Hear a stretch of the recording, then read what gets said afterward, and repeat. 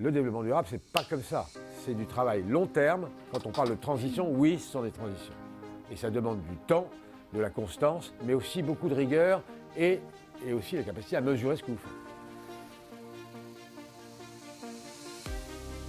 On est, encore une fois, le leader mondial de la beauté. On considère qu'on a un devoir d'exemplarité sur ce sujet-là. L'extra-financier, aujourd'hui, pour nous, est aussi important que le financier. Pourquoi? Tout simplement parce que c'est notre raison d'être, justement. Vous imaginez bien qu'on gère un nombre de formules colossal, donc un nombre d'ingrédients colossal. Et donc on a engagé un projet qui s'appelle Green Science depuis 2018.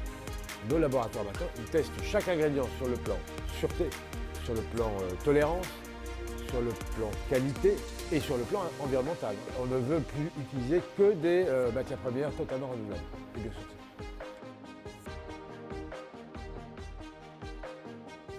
Demain, il va falloir qu'on mette sur le marché des formules qui nécessitent beaucoup moins d'eau qu'aujourd'hui. On a commencé à le faire d'ailleurs. C'est un des grands briefs de notre recherche.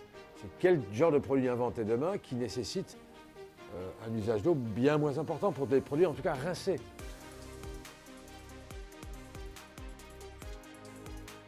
Le numérique aujourd'hui, mondialement, on estime que les émissions de carbone liées au digital, c'est de 5 à 6 %, je crois. Et ça va continuer de monter, vous pensez bien, avec la data, la tech, l'IA, le machin, etc. C'est pas parti pour s'arrêter. Donc c'est quelque chose qu'on doit absolument adresser, absolument regarder. Plus c'est lourd, plus ça consomme. Moins c'est lourd, moins ça consomme. Et donc on a travaillé à l'éco-conception de ces contenus, à la diminution donc de leur poids. Et ça nous a permis de réduire de 34 % les émissions carbone sur cette partie-là. Le plastique, c'est de la matière, d'accord? Donc vous avez, la réalité, c'est que nous, on travaille là-dessus aussi depuis très longtemps. C'est comment passer à autre chose. On cherche des alternatives, mais en parallèle, on cherche à ce qu'ils soient recyclés, on travaille sur l'emploi et on cherche, quoi qu'il arrive, à en réduire la quantité. C'est surtout ce que je vous montre. Si j'avais un seul message à vous donner, c'est que 1, je pense qu'on a de l'ambition. 2, je pense qu'on est en mouvement. 3, j'ai bien conscience qu'on n'est pas parfait.